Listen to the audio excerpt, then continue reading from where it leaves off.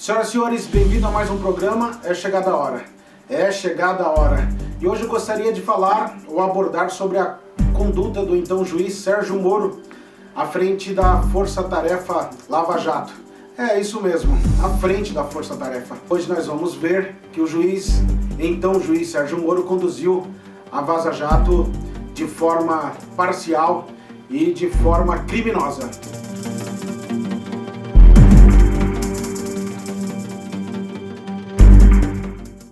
É isso mesmo, não saia daqui, porque hoje eu vou mostrar que o então juiz Sérgio Moro cometeu crimes atualmente no Ministério da Justiça. Todo estudante de direito sabe, um estudante aí do segundo ano ou até do primeiro ano do curso de Ciências Jurídicas, sabe que o juiz tem que conduzir um processo de forma imparcial, o que não aconteceu no caso da Vaza Jato.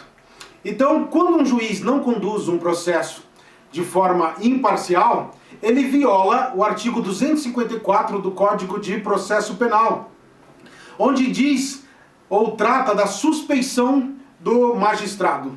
Vamos ler? Para você me acompanhar nesta leitura. Olha o que diz o nosso Código de Processo Penal. Exatamente no seu artigo 254. Diz a letra da lei: o juiz dar-se-á por suspeito, e se não o fizer, poderá ser recusado por qualquer das partes. E olha o que diz o inciso 4º, mais especificamente, ao caso que estamos tratando dela. Se tiver apresentado qualquer das partes, se tiver aconselhado qualquer das partes. Se tiver aconselhado a qualquer das partes. Então vejam, senhores, o que aconteceu nesta operação Vaza Jato.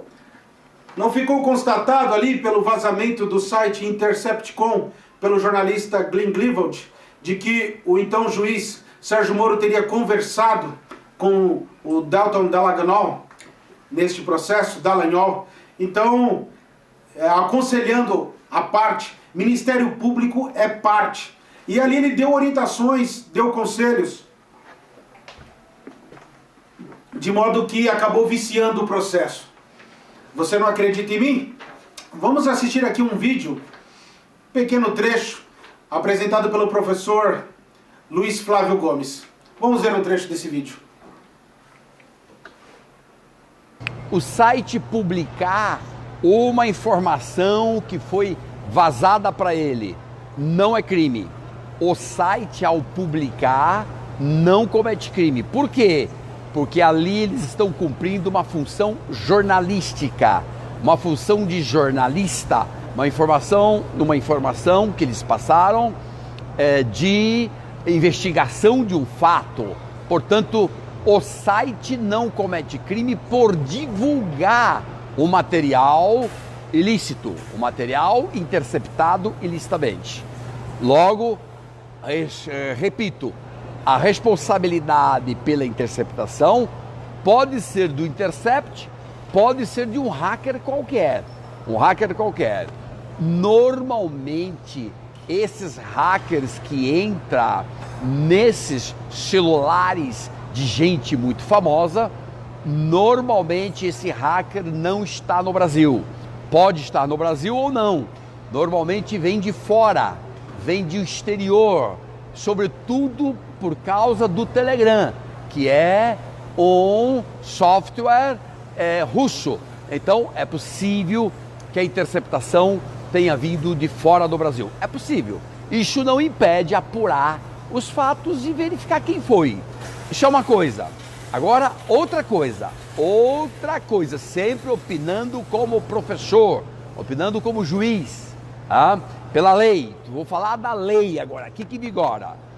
O conteúdo divulgado é um conteúdo que compromete o juiz Moro. Sim, porque o que se divulgou é que o Moro dava orientação para a Lava Jato, para os procuradores, para fazer isso, aquilo, faz desse jeito, não faz daquele jeito, elimina tal pessoa, essa pessoa não é boa, etc, etc, etc. Esse conteúdo significa o seguinte: um juiz dando dicas para a atuação do Ministério Público. Isso não é função de juiz. Eu fui juiz 15 anos, eu fui promotor 3 anos, sou professor desta área há 30 anos. Portanto, te digo, a lei não permite juiz ficar dando dicas para as partes.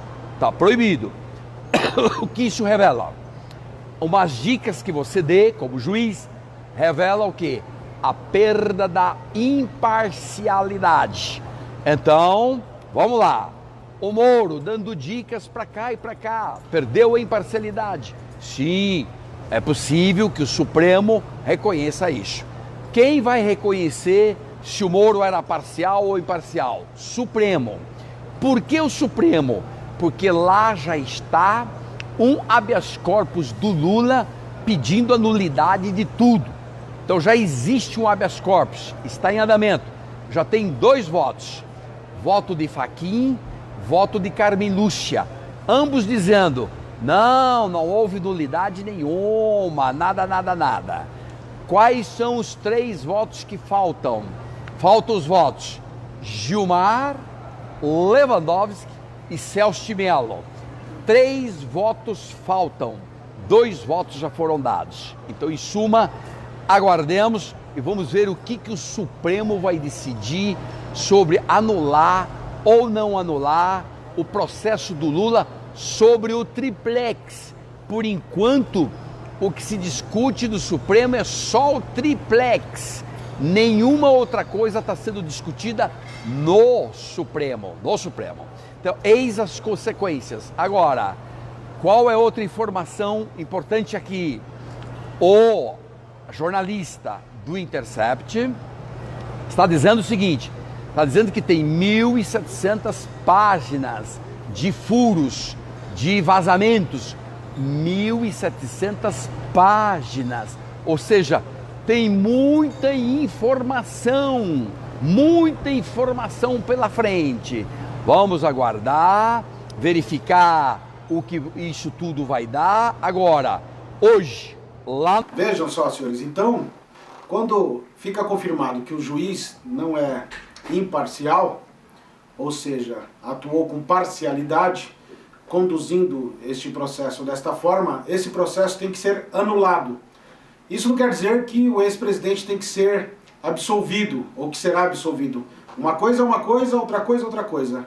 Fato é que o processo tem que ser anulado, retomar, ou seja, anular a sentença e retomar o andamento deste processo.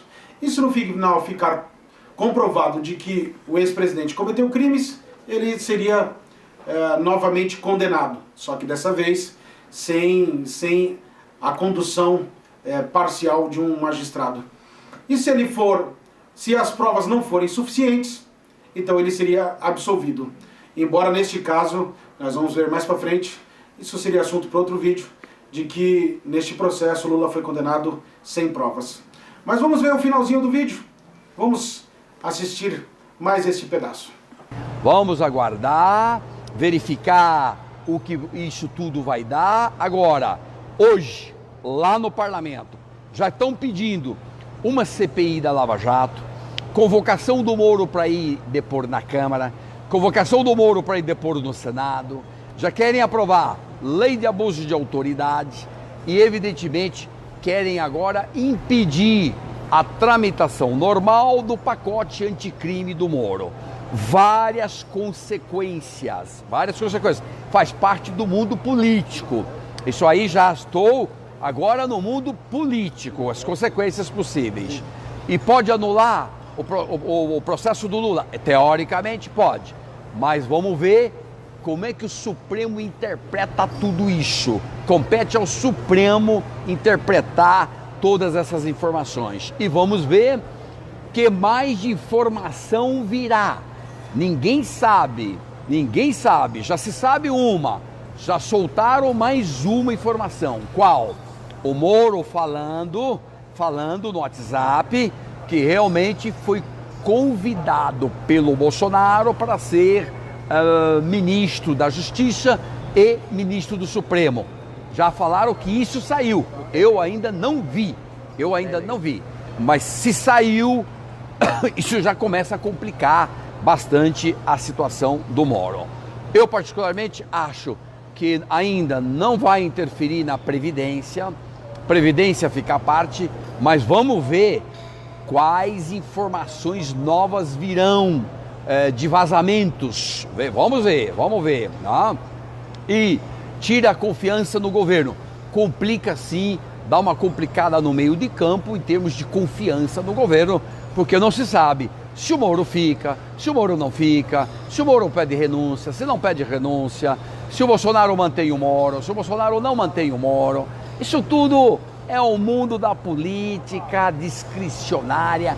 Ninguém tem a mínima ideia se isso vai ocorrer ou não vai ocorrer. De qualquer maneira, só o fato certo. O fato de a prova na origem ser ilícita, e essa prova é ilícita, com base nisso, não se pode condenar ninguém. Não se pode condenar ninguém. Mas é possível que essas provas ilícitas favoreçam os réus. Então, uma prova ilícita não pode condenar, mas uma prova ilícita poderia eventualmente ajudar na absolvição de pessoas, inclusive, eventualmente, absolvição do Lula. Isso aqui é muito importante. Isso você não vai assistir aí no canal aberto, na mídia. Isso você só vê aqui mesmo no nosso canal. É chegada a hora. É chegada a hora. Prova ilícita não serve para condenar. Então essa prova ilícita, os hackers invadiram, isso o Moro pode usar para a defesa dele. Isso ele pode fazer muito bem. Porque os hackers invadiram o celular dele ou de algum colega dele, isso é verdade, é algo ilícito. Mas serve para anular o processo do ex-presidente Lula. Porque prova ilícita serve para beneficiar o réu. Até num processo que tenha transitado julgado, inclusive. Vejam, senhores, então vou repetir, prova ilícita serve para anular o processo. É isso que está se tratando aqui. A ideia aqui não é ficar defendendo lados e direita ou esquerda, não é essa a ideia. A ideia aqui é comentar tecnicamente sobre o processo, que a mídia covardemente não está fazendo. E aí você fica vendido na situação, você não sabe o que está acontecendo. Mas está confuso aí? Vem pra cá porque a gente simplifica as coisas, ok? Não obstante a isso, o Moro cometeu crimes. É isso que precisa ser dito aqui. Crimes. Se não, vejamos, a comissão... Deixa eu só beber uma aguinha aqui, senhores. A Comissão dos Advogados e Advogadas para a Democracia entrou inclusive com ação, pedindo inclusive a prisão do ex-juiz Sérgio Moro. Ali apontando que ele realmente cometeu alguns crimes. Se não, vejamos, eu vou pedir para a produção colocar na tela para que você possa ler essa manchete junto comigo. O Coletivo de Advogados e Advogadas pela Democracia, CAAD, protocolou no Superior Tribunal de Justiça uma notícia-crime que pede encarceramento do ministro e procuradores. Então veja, matéria divulgada na semana passada. Então esse grupo de advogados, inteligentemente e com respaldo da lei, estão apontando de que o Sérgio Moro cometeu crimes. Mas que crimes seriam esses que o então juiz Sérgio Moro haveria cometido? Ou teria cometido? Se não, vejamos, senhores, olha só. Organização criminosa, corrupção passiva, 317 do Código Penal, prevaricação, 319 também do Código Penal, corrupção passiva, eu disse, 317 do Código Penal, violação de sigilo funcional, 325 do Código Penal, e crimes contra o regime representativo e democrático, e da Federação do Estado de Direito, e aí tem os respectivos artigos. Então vejam só, o Sérgio Moro cometeu crime, é importante que se diga isso. Então, o que faremos, senhores? Vocês que são fãs dele, vocês acham que seria correto combater crimes, cometendo outros crimes? É isso a democracia que nós esperamos, que nós almejamos e sonhamos? Alguém que utiliza-se de meios para alcançar determinados fins? Ou seja, os fins estão justificando esses meios cruéis e ilegais? Seria correto isso? Então quem apoia isso ou é muito ignorante ou é mal intencionado mesmo. Porque não tem outra explicação. Inclusive, o jornalista Reinaldo Azevedo, logo no comecinho da Operação Vaza Jato, já ali fazia alguns apontamentos e algumas denúncias. Se não, vejamos. Vamos assistir um trechinho comigo desse vídeo do jornalista Reinaldo Azevedo. Vem comigo, assistam e eu vou fazer aqui algumas pausas para a gente comentar. Eu passei os últimos 5 anos, a partir do 3º ou 4º mês da Operação Lava Jato, apontando as agressões à ordem legal cometidas por um verdadeiro ente de razão, por uma espécie de entidade mesmo que se formou, sob o pretexto de combater a corrupção e que agredia a Constituição, o Código de Processo Penal, o Código da Magistratura, o Código de Ética do Ministério Público, infelizmente, muitas vezes em parceria com a imprensa, que acabou sendo porta-voz passiva de ilegalidades industriadas que resultaram numa realidade política tal que aí está dada. E como prêmio, Sérgio Moro levou o Ministério da Justiça de Jair Bolsonaro. E não adiantava, apontavam-se as ilegalidades, mas havia um objetivo maior, o desiderato era combater a corrupção. E amigos meus liberais de mentirinha, liberais de fancaria, liberais de 5ª categoria, fajutos, michurucas, aderiram à depredação da ordem legal. E eu não aderi. Me custou caro, me custou 3 empregos. Perseguição nas redes sociais, malhação permanente. Olha só, tem muita gente se dizendo liberal por aí, apoiando violações contra o Estado Democrático de Direito. Então fique atento. Você que se diz liberal, você não pode apoiar uma desgraça como essa. Um juiz que violou, estuprou a nossa Constituição Federal e com legislações infraconstitucionais. Vamos continuar com o vídeo. Reinaldo Azevedo está descendo a lenha e com muita razão. Aliás, Reinaldo Azevedo está com chicote na mão. É um grande jornalista porque foi muito chicoteado. Agora é a vez dele de segurar o chicote. Vamos para frente. Ataques os mais vis, vazamento de conversa com fonte, agredindo a Constituição. Aliás, Lava Jato que vazou minha conversa com Andréa Neves, vá procurar o que tinha lá. Eu critiquei uma matéria da Veja,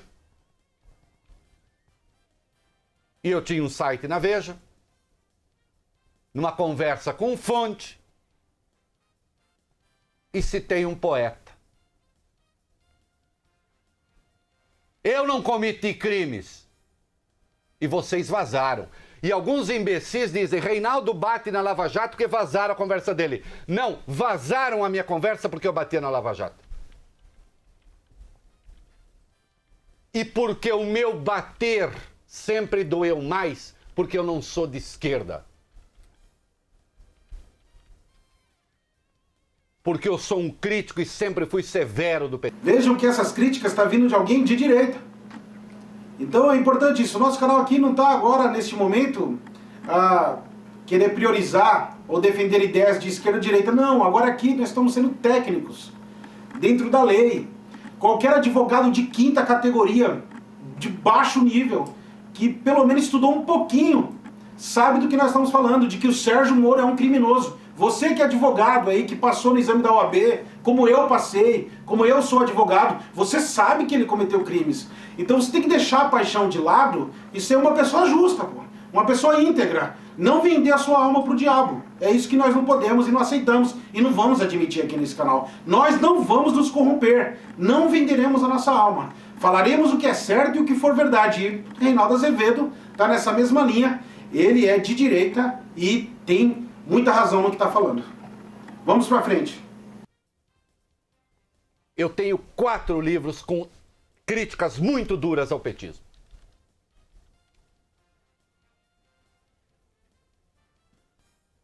Mas eu criticava o petismo porque eu sigo as regras do jogo. Eu sigo as regras da democracia, eu sigo as regras da Constituição. Eu sigo as regras do Código Penal, do Código de Processo Penal. Isso é ser um liberal, isso é ser um conservador. Defender o molde institucional e mudar pelo caminho da lei o que tem de ser mudado. Me ofereceram um pacote de combate à corrupção com agressões permanentes, cotidianas, diárias à ordem legal, empurrando o país para o caos político. A Lava Jato provocou, estima-se, prejuízo em empresas de 180 bilhões. A Vaza Jato causou já um prejuízo de 180 bilhões. A Vaza Jato já causou um prejuízo de 180 bilhões. Eu vejo muita gente comentando por aí, olha, a Lava Jato já recuperou não sei quanto, 10 bilhões, se chegar a recuperar isso. Ora, senhores, mas você não tem que ficar pensando só no que recuperou. Você também tem que pensar em quanto de prejuízo já causou ao erário. Erário significa cofres públicos. Vamos lá, Reinaldo, arrebenta. Manda bala aí, Reinaldo Azevedo. E vai recuperar, na melhor das estimativas, quando recuperar 10 bilhões. Ah, então não se combate a corrupção? A pergunta é boçal. É claro que se combate a corrupção. Dentro da lei. Ah, mas é possível combater dentro da lei? É possível combater dentro da lei. Propondo, inclusive, leis novas. Empresas são flagradas em corrupção no mundo inteiro. Mas não são destruídas. Aqui tomou-se a decisão, inclusive, de destruir as empresas, de destruir os empregos. A Odebrecht empregava 168 mil pessoas, deve empregar hoje 12 mil. É isso, senhores. Para que destruir as empresas? Então, veja só o que este homem causou. Esse, então, juiz Sérgio Moro. Quanto maquiavelismo, quanta maldade com os brasileiros. Eu venho falando aqui, frisando há muito tempo, mas parece que às vezes as pessoas estão surdas a este fato. Vamos para frente. Prestes a pedir recuperação judicial, segundo andei lendo. Não era possível punir as falcatruas sem destruir a empresa? Essa e outras. Mas não, porque tínhamos o santo, aquele diante do qual todos se ajoelhavam. Eu escrevi no 3º mês da Lava Jato, não me ajoelho aos pés de homens. Nós também não. Eu não me ajoelho em pés de homens. Aqui nós só se ajoelhamos perante Deus, e tão somente. Aí tem muita gente endeusando esse cara.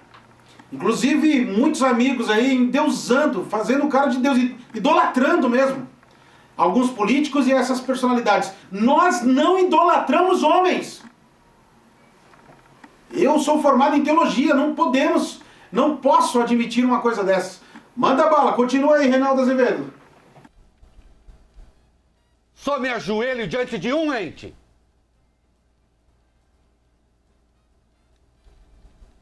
Que não é desse mundo.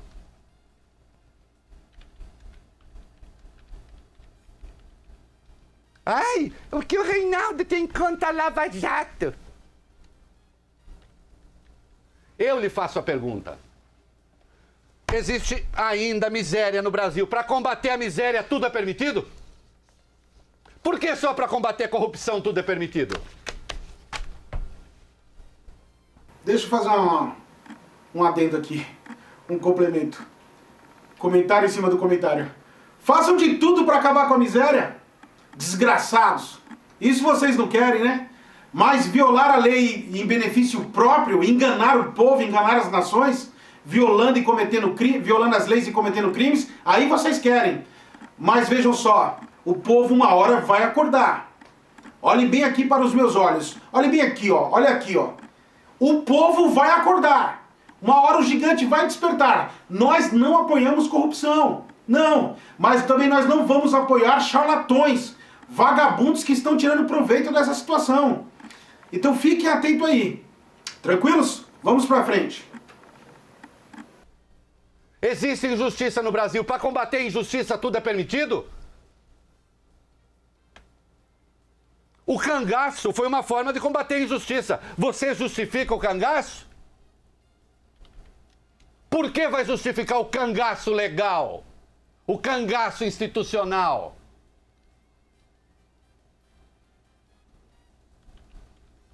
Ah, agora a Lava Jato está chocada com os vazamentos. Lava Jato chocada com vazamento. Uma pausa aqui. Aliás, o Sérgio Moro deu uma entrevista no Pedro Bial dizendo que o que importava era o conteúdo. Mas quando esse vazamento veio em desfavor dele, aí ele já ficou alegando, olha, é crime, já não se baseando mais em conteúdo. Então veja, pau que bate em Chico, senhores, bate em Francisco. Então se eu alego de um lado que o que importa é o conteúdo, por que não vale para mim? Então eu já vejo aqui uma questão de falta de ética, de canalice e de mau caratismo mesmo. Eu estou afirmando, o Sérgio Moro é um mau caráter. Continua aí. Continua, Reinaldo Azevedo. Tenham vergonha na cara. Vocês vazaram conversa de imprensa. Vocês selecionavam os alvos para vazar. Em associação, sim, as redações têm de pensar isso seriamente. Em associação com jornalistas.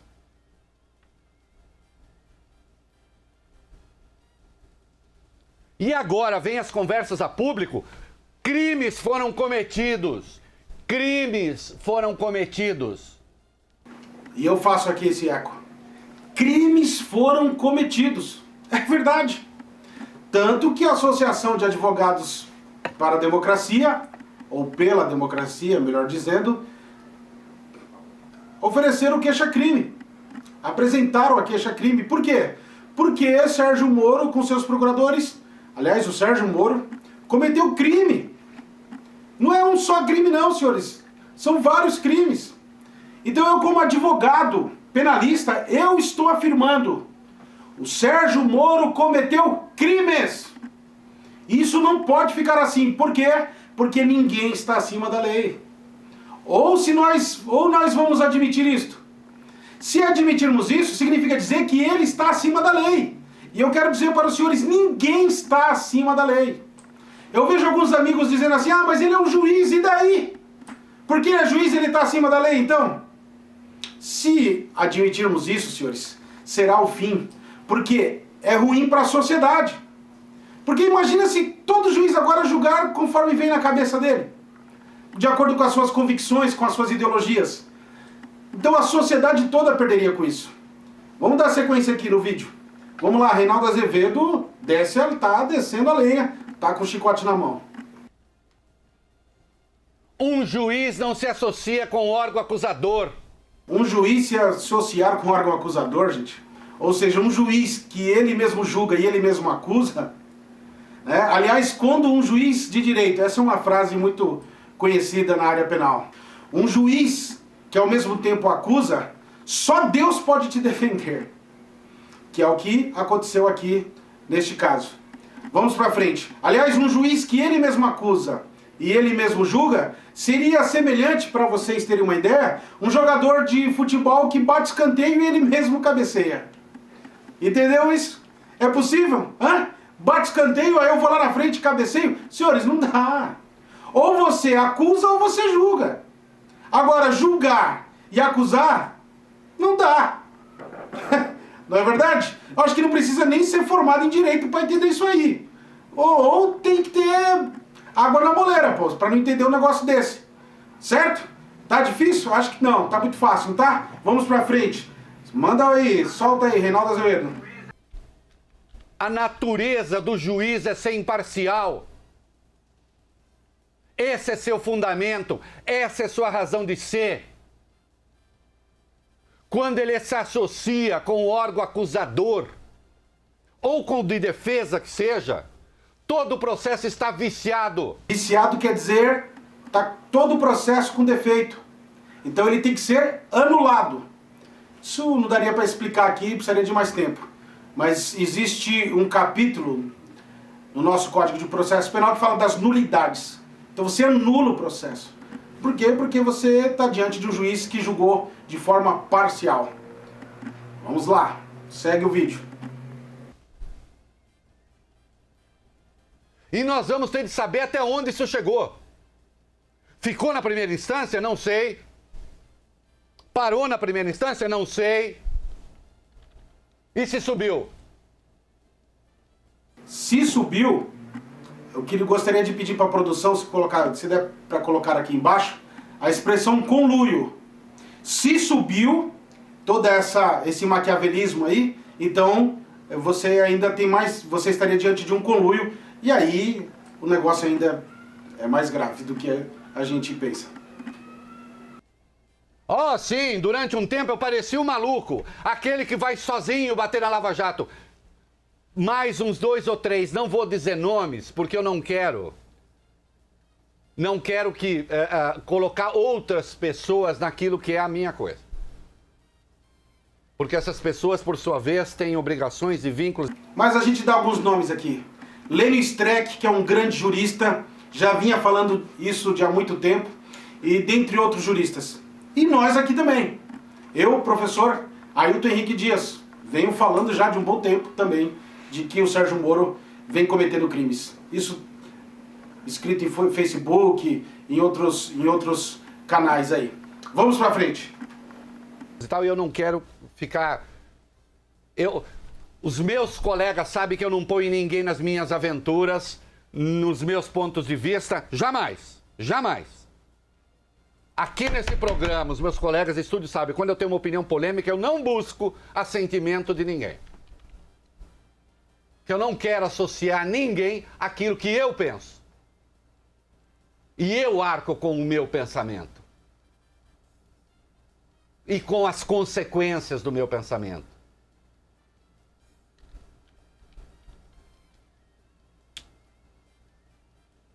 Oh, eu quase causei uma comoção quando eu disse: Lula foi condenado sem provas. E agora há uma conversa de Dallagnol com o senhor Sérgio Moro, em que fica evidente a estratégia de quem pretende condenar alguém sem provas. E a gente para por aqui. E você, o que você acha disso? Você acha que é correto um juiz condenar alguém sem provas? Se você concorda com isso ou não concorda, comente aqui, coloque os seus comentários, dê o seu like, compartilhe esse vídeo. É chegada a hora. É chegada a hora.